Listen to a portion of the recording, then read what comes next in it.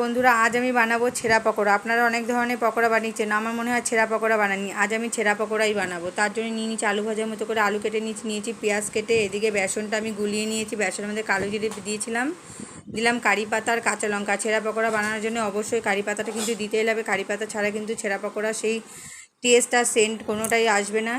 তা আমি এবার সমস্ত জিনিসগুলোকে আমি একবারে দিয়ে দিলাম বাটির মধ্যে। দিয়ে আমি সমস্ত কিছু একবারে ভালো করে মাখিয়ে নেব। আর এটা কিন্তু পুরো মাখিয়ে নরম করা যাবে না, এটা ঝরঝরেই থাকবে। তার জন্যে আমি বেসনের ব্যাটারটা কিন্তু আগে করে নিয়েছি। এদিকে কড়াই বসিয়ে দিয়েছি, কড়াইতে দিয়েছি তেলটা গরম হয়ে এসেছে। কড়াইটা একটু ভালো করে তেলটা মাখিয়ে নেব।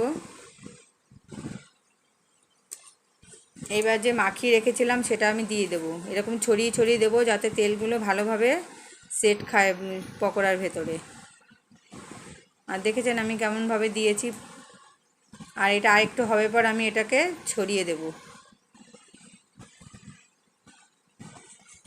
আর এই ছেঁড়া পকোড়াটা কিন্তু খেতে দারুণ লাগে।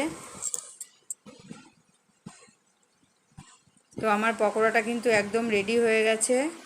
ভিডিওটি ভালো লাগলে লাইক কমেন্ট করবেন। আর এইভাবে যদি বাচ্চাদেরকে বানিয়ে দেওয়া যায় বেশ ভালো লাগবে খেতে। এইভাবে পকোড়া, ছেঁড়া পকোড়া বানিয়ে কিন্তু আপনারা ডালের সঙ্গেও খেতে পারবেন। আর কারি পাতার যে সুন্দর একটা সেন্ট বেরায়, সেটা কি বলবো, যে না খাবে সে বুঝতে পারবে না। তো দেখুন আমার ছেঁড়া পকোড়া একদম রেডি, একদম মুচমুচে ছেঁড়া পকোড়া। তা ভিডিওটি আমি এখানেই শেষ করছি, আবার দেখাবো অন্য কোনো ভিডিওতে। ততক্ষণ ভালো থাকবেন।